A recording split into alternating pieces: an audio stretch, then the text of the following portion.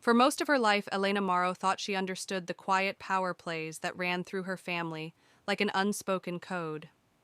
She wasn't the favorite. That role belonged to her younger sister, Juliet, the golden child, the dazzling one with the effortless laugh, the one their mother always bragged about to the neighbors. Elena was the dependable one, the fixer, the planner, the one who did what needed doing without needing applause. But the day of her mother's will reading, just 3 weeks after the funeral and 2 days before her own 34th birthday, shattered whatever sliver of illusion she still held. They gathered in the lawyer's office, a sterile room with heavy blinds and a single dying plant by the window. The executor, an old friend of the family named Mr. Clarkson, opened a thick folder and cleared his throat. "Elena, Juliet," he began, "your mother, Margaret, left very clear instructions." Elena sat upright, her hands folded tightly in her lap. Juliet twirled a strand of her honey blonde hair and leaned back like she already knew the outcome. Maybe she did. Mr. Clarkson continued, "The house on Whitmore Lane, as well as all the liquid assets." Elena glanced up. That house meant everything. Their mother had inherited it from her own parents. It was Elena who had taken time off work last year to fix the plumbing, to repaint the siding when no one else offered. "We'll go to Juliet." Juliet smiled. Elena blinked. "What?" Mr. Clarkson didn't pause. All other items of sentimental or personal value were divided into boxes, as per Margaret's request. "Elena, yours was delivered this morning." Elena sat frozen. She barely registered the sound of Juliet's smug laughter as she flipped open her phone and took a picture of the official paperwork, already planning her victory post. It wasn't about the money. Not really. It was about the message. Her mother had left her nothing that mattered. Not the family home, not even a word of explanation, not even a goodbye. That night, Elena stood in the small apartment she rented across town, surrounded by cardboard boxes and the single nondescript box from her mother, taped shut, no label, no note, just a Sharpie mark that read E. Inside were a few old letters, a tarnished bracelet from Elena's childhood, a leather-bound book of recipes with yellowed edges, and a photograph. Elena's breath caught. It was of her mother, standing next to a man she didn't recognize, but the man had his arm draped casually around her. It was dated March 1990, just 9 months before Juliet was born. On the back of the photo, scrawled in her mother's handwriting, "Not all secrets stay buried forever."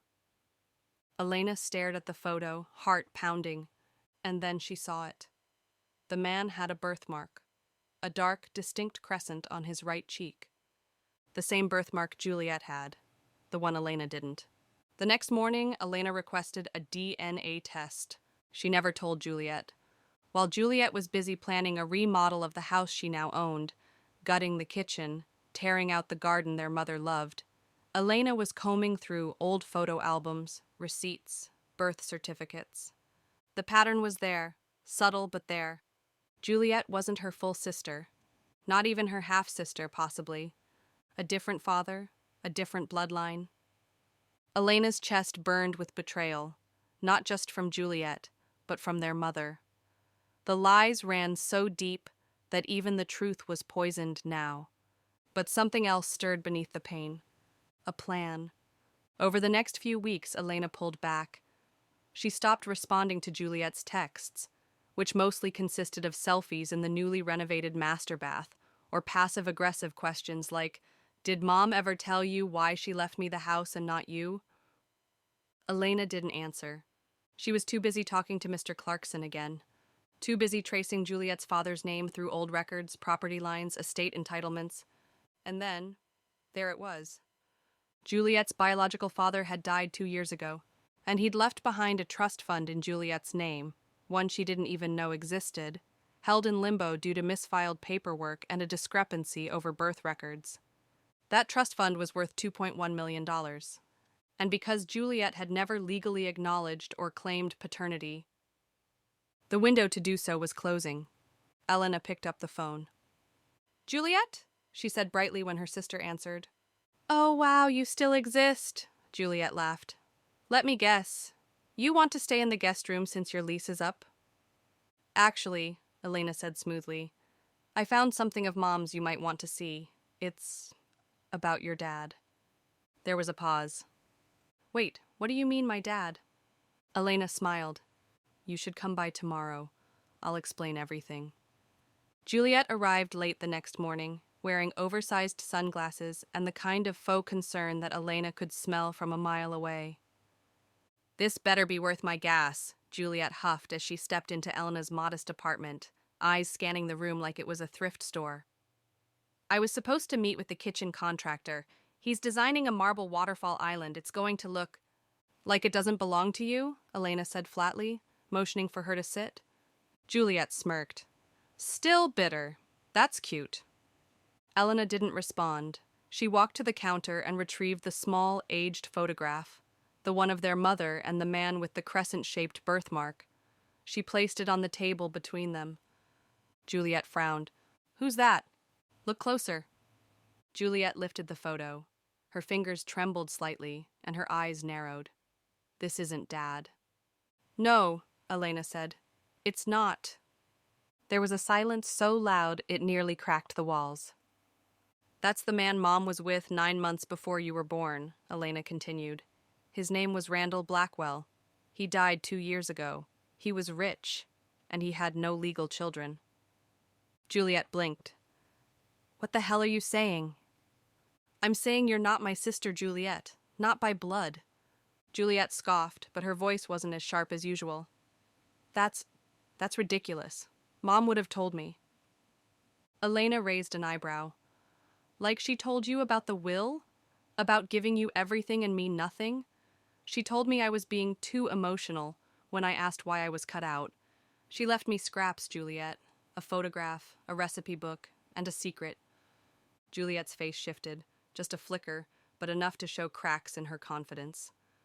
Elena reached into her folder and laid out the next piece. A printed document, DNA test results. 2 columns, 2 names, 1 result.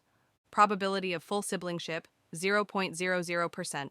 Probability of half siblingship, 0.00%. You and I don't share a father, Elena said quietly, or a mother. Juliet's lips parted. That's impossible. That means you're adopted or something else. Maybe Mom was covering up something big. All I know is she wasn't honest with either of us. Juliet stared down at the table, stunned. Her hand trembled against the photo. Why would she lie like that? Elena's voice softened, but only slightly. Maybe she was ashamed, or maybe she thought she was protecting someone. But whatever her reason was, it's not my burden to carry anymore. Now it's yours. Juliet looked up sharply. Why are you doing this now? Elena's expression didn't change. Because I've done everything right for years, and I got punished for it.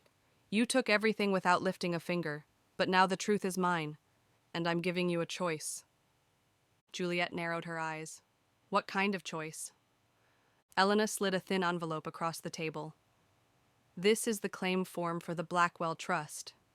Randall Blackwell left over $2 million in a frozen trust. It's still unclaimed because no child was ever verified legally. Juliet's mouth dropped open. Elena continued. You can claim it, or you can fight me for it, but the only way the claim goes through is if I hand over the documentation, which I will, if you do one thing. Juliet's voice was hoarse. What do you want? Elena leaned in, calm and exact.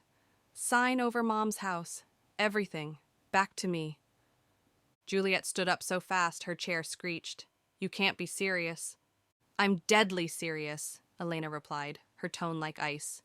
I'm giving you a way out that doesn't involve courtrooms or public disgrace. You want the money? I want the house. Simple swap. Juliet clenched her jaw. That house is mine. It's not your mother's house, Elena said, standing now too. It's my mother's. You've never even cared about it. You painted over the kitchen tile she handpicked. You ripped out her rose bushes. All for some influencer aesthetic that won't even last the year. You don't get to guilt trip me, Juliet snapped. You think you're so much better? You were just her little shadow. You don't get to rewrite everything just because you found a photo. Elena smiled. No, I get to rewrite everything because I have power now. Later that night, Elena received a text. Juliet, I want the trust paperwork. I'll call the title company in the morning. You win. Elena stared at the screen. Her hand didn't shake. Her heart didn't pound. She just felt calm. Like for once the balance had tipped in her favor. But something inside her whispered it wasn't over. Because if Juliet wasn't her sister, then who was she? And what else had their mother hidden? The house on Whitmore Lane was silent when Elena stepped inside. She hadn't returned since the funeral, not even once. Juliet had made it clear from the start that Elena was no longer welcome, and frankly, Elena hadn't wanted to see what her sister was doing to the home their mother had spent decades building. But now, it was hers. Legally signed over, title transferred, deed filed. The price? A signature from Elena releasing the trust documentation to Juliet, who had collected her inheritance and immediately booked a luxury trip to Tulum, probably to forget the bloodlines that now made her a stranger. Elena stepped into the living room and felt a strange mix of grief and vindication wash over her. The new paint smelled artificial. The photos of their mother were gone. In their place were minimalist prints, cheap gold mirrors, and fake eucalyptus hanging from floating shelves. She didn't cry. She just walked slowly to the back room, the one her mother used to call the sun porch, and stood in the light filtering through the old linen curtains. The same curtains Elena had once watched flutter while helping her mother knead bread on Sunday mornings. She reached into her bag and pulled out the weathered recipe book. It had been in the box her mother left her, beneath the photograph, beneath the old bracelet, folded and faded like it had been used and loved and then hidden away. She hadn't opened it until the night before. Now she flipped to the back page. There, scrawled in her mother's small, looping script, was something she'd missed earlier. A folded note tucked inside a pouch in the lining of the cover. Elena, if you're reading this, I suppose it means you found the photograph. And the truth, or at least part of it. I owe you so much more than silence, but I didn't know how to tell you without breaking everything we'd built. Juliet is not your sister by blood, but she is your sister by choice, mine. Her mother, Maria, was my best friend. She was dying when she brought Juliet to me. Randall was long gone. He never knew. I made a promise, Elena, to protect Juliet. I raised her as mine, just like I raised you. And I loved you both in different ways. But I failed you. I see that now. I left her the house because I thought she needed stability. I didn't realize I was taking it away from you. I should have trusted you to be strong. But I didn't. And I'm sorry. The truth is messy, but it's yours now. All my love, Mom. Elena sat in silence. Maria. Juliet's mother had been around, she remembered now. A woman who visited often when Elena was little. She'd never thought anything of it. Just another adult in the orbit of her childhood. But she remembered the night Maria stopped coming. She remembered her mother crying quietly in the kitchen and holding Juliet tighter than usual. Juliet had been only a toddler then. Elena pressed the letter to her chest. Her mother hadn't been a liar, not exactly. She had been a protector, but in protecting Juliet, she'd inadvertently abandoned Elena. And now the pieces made sense. Elena had inherited the truth. Juliet had inherited the shell. The next morning, Elena was pulling weeds in the back garden when she noticed something strange. One of the stones near the edge of the rose bed, the bed Juliet had ripped out, was loose. It tilted oddly when she stepped on it. Curiosity tugged at her. She knelt and dug carefully. Beneath the stone was a rusted tin box, sealed with electrical tape. Inside was a stack of letters, wrapped in an old dishcloth. They were from Randall, all addressed to Maria, and none of them had ever been opened. The last letter was dated just weeks before Maria had died. Maria, I know you said not to come back, but I need to see her. I know she's mine. I can feel it. I've seen her photo. She has my face. That birthmark is mine. Please don't shut me out again. Let me know she's okay. If nothing else, give me her name. I just want to know she's safe. I'll never bother you again. Randall. Elena stared at the letter, her mind reeling. Juliet had been hidden from her own father. Her mother had denied Randall even a name. Her own mother had adopted the child as her own, and then had chosen to keep that secret buried, even when Elena was old enough to understand. It was a triangle of protection, shame, and silence. Elena looked out at the yard, at the ruins of the rose bed, at the echo of a family that had never been entirely real. And she felt something strange. Not anger, not even grief. Something else. Resolve. If Juliet was going to walk away with the money and never look back, fine. But Elena wouldn't let this story fade into another forgotten corner of the house. There was more to unravel, more truth beneath the silence. And someone out there might still be alive, someone who once begged to know Juliet. Maybe it wasn't too late to rewrite the story. It took Elena 2 weeks to find him. She traced Randall Blackwell's name through newspaper obituaries, property records, and an old university alumni registry. From there, she uncovered a family foundation, a small but well-funded scholarship trust with Randall's name attached to it. That's where she found Benjamin Blackwell, Randall's nephew and only surviving blood relative on record. A former journalist turned attorney, Benjamin lived in a townhouse near Brookhaven, a quiet suburb 2 hours away. Elena drove there on a gray Tuesday, the sky heavy with late spring thunderclouds. Her mother would have called it a truth-telling sky. She stood at the door with the letters in her bag and a silent hope that this man might want answers too. When Benjamin opened the door, he was already skeptical. Mid-40s, lean, cautious eyes behind rimless glasses, the kind of man who didn't open up easily. His expression flickered with polite curiosity as she introduced herself.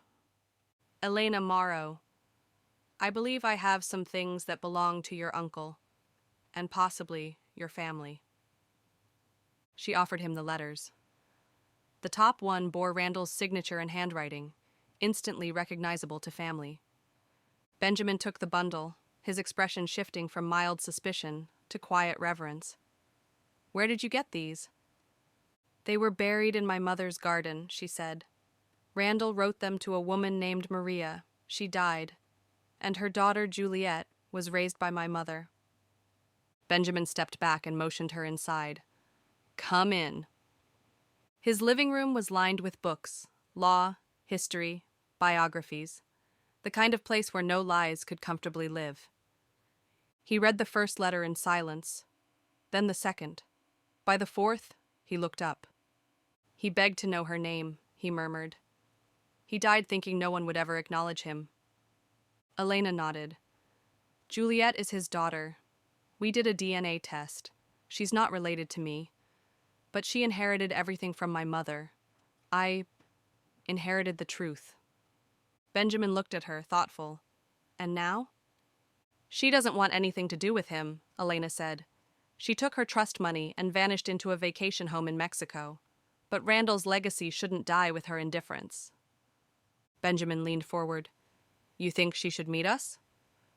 I think Randall deserved a daughter who didn't erase him, Elena said, her voice soft but certain. And maybe, so do you. He was quiet for a long time. Then he said, There's a gala next weekend. It's the annual scholarship dinner. Everyone who ever knew Randall will be there. I'd like you to come. Me? You're the one who kept the story alive, he said.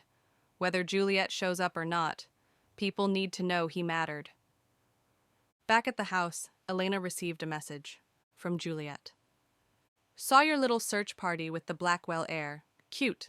I'm not interested in digging up the dead. I already got what I needed. Enjoy the house. I'll enjoy the world. Stay out of my life. Elena stared at the screen, emotionless. This time, there was no sting, no ache, just clarity. Juliet hadn't lost her family. She'd never even wanted one, not the kind that meant accountability, truth, or memory. What she wanted was control. but she'd given that away the day she signed over the house. Elena picked up the old recipe book again, flipping through it for comfort. And that's when she saw it. One more note, pressed flat between the pages of a lemon tart. It was a folded receipt from a small law firm in the city, a dated envelope stapled to it. Inside was a handwritten revision, a draft of the will, an older one. This one left everything to Elena. The house, the savings, even the painting Juliet had already sold. The date on the paper? 3 weeks before their mother was hospitalized for the last time. And at the bottom, a shaky, incomplete signature. Margaret Morrow had changed her mind. She'd meant to make things right, but someone had stopped that will from becoming official. Elena's hands went cold. Juliet had been with her mother constantly near the end. She'd answered the phones, handled the doctors, managed the mail. She'd also had full access to the papers. Elena stared at the signature, half finished. No witness. But still, real. Proof that her mother had tried. And now, buried under all the lies was something else entirely. The draft will burn a hole in Elena's hands. She stared at the shaky script, at the half-finished signature of her mother's name, Margaret Morrow, trailing off into an ink smear at the bottom corner of the page. There were no witness initials, no notarization. It was never filed, never finalized. But it was dated. And it was undeniably real. Elena didn't sleep that night. She sat in the old sun porch with a blanket over her shoulders, the hum of the refrigerator the only sound in the stillness. The weight of what she'd found refused to leave her chest. This wasn't just a mistake. It was theft. If her mother had tried to correct the injustice but never got the chance, someone else had seen to that. And there was only one person who had access, motive, and everything to gain. The next morning, Elena walked into the office of Marla Cates, a forensic estate attorney with silver hair, square glasses, and a voice like a scalpel, measured and sharp. Marla took one look at the document and pressed her lips into a line. "Where did you get this?" "In a cookbook," Elena said, "tucked inside a lemon tart recipe." Marla arched a brow. Creative. "It's dated 3 weeks before my mother died. She was lucid at the time. She'd just come home from the hospital. My sister Juliet was helping her with paperwork. She's the one who submitted the final will that left everything to herself." "And you think she intercepted this version?" Marla asked, lifting the paper gently. "I think she stopped it from being witnessed. I think she knew Mom changed her mind. And I think she made sure no one would ever see this copy." Marla examined the draft with a magnifying lens. "She wrote this herself?" "She always hand-wrote important documents first. She was old-fashioned that way." Marla set the page down. "If I can verify the handwriting, and if we can demonstrate she was of sound mind when she wrote this, it may be enough to challenge the existing will. But it's not signed all the way." Marla nodded. "No, but it's signed enough." 2 days later, Elena met Marla again. This time, the attorney's tone was firmer. "We found fingerprints on the backside of the draft." "Whose?" Elena asked. Marla's eyes gleamed. "Juliet's. Along with evidence, the document was folded in a very specific way. The top portion, the part that mentions the change of beneficiary, was creased tightly, like someone was hiding the most important line. Your mother may have tucked it away, but your sister handled it. Likely read it." Elena's breath caught. She saw it. She saw it and said nothing. Marla slid over a folder. "If you want to move forward, we can file a petition to contest the original will. It's going to get messy. Juliet will fight. She'll deny everything. And the court doesn't like uncertainty in estate challenges. But you have more than most. Motive, proof, fraud." Elena looked down at the paper, her hands steady. "Do it." Juliet's first response came by email, furious and clipped. "You're insane if you think I'm giving anything back. You signed your life away the day you gave me those trust papers. Don't try to rewrite history just because you found Mom's little doodle in a recipe book. This is over. Move on." But Elena didn't move on. She moved forward. By summer, the courtroom was full. Not with crowds, but with presence. lawyers, witnesses, a handwriting analyst, a geriatric specialist who testified to Margaret Morrow's cognitive state in her final month. Even Benjamin Blackwell appeared, calm, polished, ready to testify about Juliet's dismissal of Randall's legacy and the letters Elena uncovered. Juliet arrived late, in black heels and fake composure. She looked thinner, tighter around the eyes, and for once, her confidence didn't shine. It cracked. When Marla presented the will draft, the courtroom fell into a heavy silence, and then she produced the envelope with Juliet's prints. The judge leaned forward. "Ms. Morrow," he said, "were you aware of this document?" Juliet blinked, her voice brittle. "Number, I've never seen it before." "Then why are your fingerprints on the inside flap of the paper?" Silence. Juliet's lawyer whispered in her ear, but she didn't respond. She stared straight ahead, breathing harder. And then came the twist. Marla stepped forward and held up a copy of Juliet's signature. "We also found a separate folder of documents your mother was compiling," she said. "Inside were notes of assets to transfer. The handwriting matches the draft will. But this," she held up a receipt, "this is a courier record, a scheduled delivery of revised estate documents, canceled by phone." She paused. "The number used to cancel it?" She turned. "Belongs to Juliet Morrow." Elena's heart pounded. There it was, proof. The judge didn't issue a ruling that day, but as they left the courtroom, Juliet followed Elena into the hallway. "You just couldn't leave it alone, could you?" she hissed. Elena turned to face her, calm and unflinching. "You left me alone. You made sure of it." "You think this makes you noble?" "I don't care about noble," Elena said. "I care about the truth, and Mom tried to make it right. You just couldn't stand the thought of not winning." Juliet's face twisted. "You think they'll believe you? You think any of this brings her back?" "No," Elena said, "but it puts you exactly where you belong." Juliet's shoulders shook, not with sorrow, with rage. She turned and walked away, heels clicking like gunshots down the corridor. Elena stayed behind. In her hand was the final letter her mother had written, one never mailed, one never meant for Juliet to read. But Elena would read it in court if she had to. Because this wasn't about money anymore. It was about truth finally pulling the curtain open on a lie that had lived too long in the dark. It was a Thursday afternoon when the ruling came. Elena stood alone in the same courtroom where her mother's life had been dissected like a financial autopsy. The wood-paneled walls no longer felt imposing, just tired, like a family secret too exhausted to stay buried. Juliet sat 2 rows behind, her lips tight, her eyes fixed forward like she could will the outcome into something favorable. Her lawyer looked less convinced. The judge's voice broke the silence. "In the matter of Margaret Morrow's estate and the contested will filed under probate case number 97,354. Elena's hands were folded tightly in front of her. "The court finds sufficient grounds to rule that the submitted will may have been altered under duress, or that a subsequent will existed with demonstrable intent that was never executed due to interference." Juliet's head turned slightly. "As such, the court orders that the house on Whitmore Lane, as well as its related properties and personal contents, be returned to Elena Morrow pending full estate review.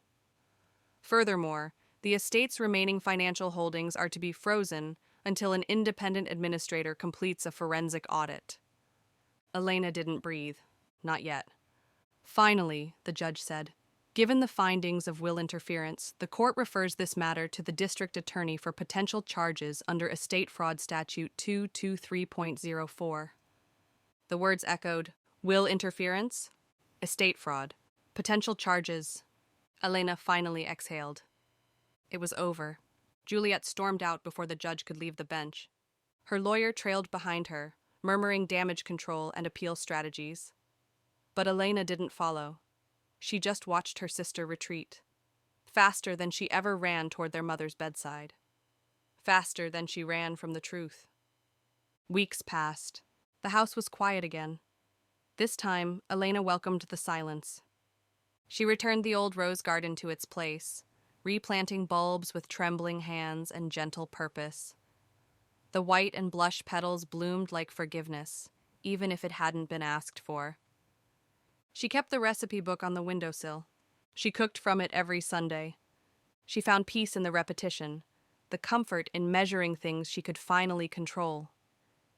And then, one morning, something unexpected arrived. A letter, stamped from Tulum, Mexico.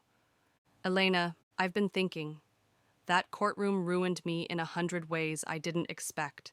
Not because you won, because I didn't care about losing until it happened. You were right. About Mom, about Randall, about what I did. I read the letter she left you, the one you submitted into evidence. I saw the part where she said she loved us both, differently. I hated that. But I needed to hear it. You don't have to respond. I'm not writing to clear my name. I just want you to know that I'm sorry. Not for the money, not even the house. I'm sorry for making you feel like you didn't belong. You did. More than I ever did. I was scared of being found out, of being less. You didn't erase me, Elena. You just showed me who I really was. Juliet. Elena held the letter against the morning sun. The paper glowed like stained glass. There was no return address, just a name. A softer version of the girl she'd grown up with. A reflection of a sister who finally looked into a mirror and didn't flinch. Elena folded the letter and placed it inside the recipe book, right behind the lemon tart. She stepped outside onto the porch, barefoot, warm mug in hand. The roses swayed in the breeze. The house no longer felt like a battleground. It felt like a memory, a truth that was finally allowed to breathe.